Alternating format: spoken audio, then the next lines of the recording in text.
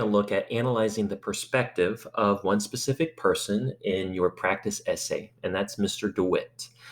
We've practiced perspectives before, including looking from the shoes of a minor character in the story, as well as how we look in characters and see how they view the world based on their roles. So, if you're a parent, you have an outlook towards life that's a little different than if you're a kid. Well, we're going to apply those different strategies to this question. So, this is a practice essay. Let me show you how to do it. Here's a question. Mr. DeWitt has strong opinions. Mr. DeWitt has strong opinions about the new foreigners and the neighborhood they live in. How would you describe Mr. DeWitt's perspective? Now, when you're writing about perspective, remember to, number one, write about how the character feels about something in the story. In this case, the something in the story are the foreigners or the people who now live in New York who have just come from different countries. The second thing you're going to talk about is explain how the character's life experience or role affects his feelings. And you can tell that Mr. DeWitt, we know that he is the boss of a coal company. So let's take those two pieces of information in mind as we continue. Now, we've already gone over these steps, but let me go over them again. When you answer a question like this, you have to read the essay once. And you've already done that. Do it a second time just to remember all the things that we may have forgotten since the last time we've read this. So you have a copy of Blizzard, make sure you read it.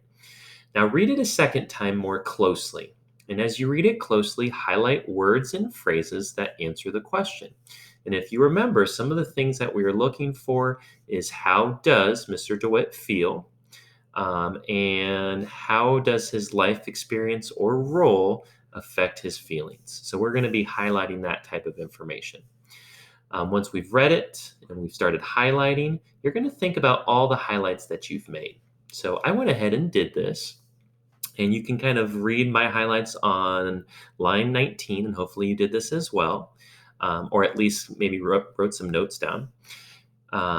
Thomas is getting ready to go out and to collect money for the coal business because his dad's not able to. And this is what Mr. DeWitt said. "It's taking your life in your hands to go into one of those neighborhoods," Mr. DeWitt had warned. "Men slouch in doorways and wait for you and your wallet to pass by." So he's kind of implying that these men, these foreign men, are thieves. And he doesn't trust them. So there's a lack of trust on the part of Mr. DeWitt. Let's see what I highlighted in a different color, something that's a little different when it comes to his beliefs. So let me read this. "When those foreigners arrive, they think they'll find big houses, big money, big opportunities. The plain truth is there's not enough to go around. They should get on a ship and steam back to where they came from," Mr. DeWitt said. Okay, so just the little word here, foreigners, instead of just a more caring word about someone who comes to this country. This kind of jab, this kind of derogatory term that he uses, even though foreigners isn't a derogatory term, he's just kind of not poking fun, but just doesn't think pleasantly. His word choice shows his feelings towards them. And then he thinks that basically they're coming here to kind of get a free ride, to get what they want and not have to work for it. He might think that he worked incredibly hard and that these men and women aren't working as hard as he has. We're not quite sure yet, but he does feel, you can see it quite clearly here, that he wants them to leave. He wants to get them back on a ship and go somewhere else. Nothing much on this page, but if you look on this page, there's another small part. And these are kind of hidden throughout the essay, so you have to be really careful to find it. Mr. DeWitt shook his head as he tucked a thick, soft scarf around his neck. Now think about this. There's a horrible storm out there, and Thomas just talked about the poor people who were begging basically to pay for some coal. And here is Mr. DeWitt. And the author used a very specific word choice, thick, soft scarf. So he paid for a very expensive scarf that's keeping him really warm as he was heading for the door. And then he says, "Those foreigners should go back where they came from," he repeated. So that kind of goes back to what we were saying before. And this word choice right here really tells us a lot about him, that he's pretty wealthy, that he's doing pretty well for himself, and he's in a completely different situation than those foreigners are. So this almost shows that he's a little heartless.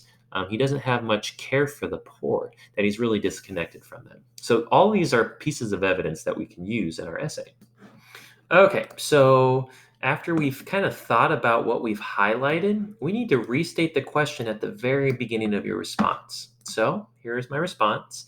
The question originally was, how would you describe Mr. DeWitt's perspective? And I would say Mr. DeWitt doesn't care for foreigners as he calls them. So I didn't necessarily restate that question. So let me fix that. There we go. The best way to describe Mr. DeWitt's perspective towards immigrants is that he doesn't like them. Mr. DeWitt doesn't care for the foreigners as he calls them. So you notice how I put something in parentheses? I was highlighting one specific word that kind of supports my thesis right here. He thinks they should go back from where they came from. His view towards the men from different countries is that they are untrustworthy. So do you notice that I'm taking a variety of different pieces of evidence? So I have my thought here, kind of my thesis, and then I'm starting to pile on some evidence. I have a quote right here, a specific word that describes why he doesn't care for them.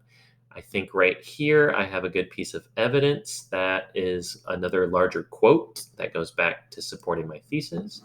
And then I'm going into another turn here. His view towards the men from different countries is that they are untrustworthy. And this is where I use a story to support my answer. I say that he tells Thomas before traveling through the tenant neighborhoods that they will wait for you and your money to pass by. What this shows is that Mr. DeWitt doesn't trust these new immigrants, essentially calling them thieves. So I took a lot more space right here to actually explain what I thought. And then you can see in these other sections, I have right here his thoughts and a quote. And then I have another piece of evidence right here. So I use different pieces of evidence to support my thesis, different stories that I used. I answered the question completely. I used evidence in my response. And then I go back and I check for capitalization, organization. Did I space things out? Did I use the correct punctuation? And is my spelling correct?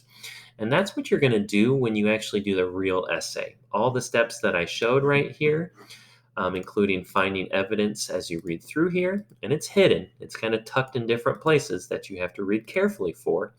And then your responses can be quotes and stories and really good explanations that all support whatever thesis that you're trying to state.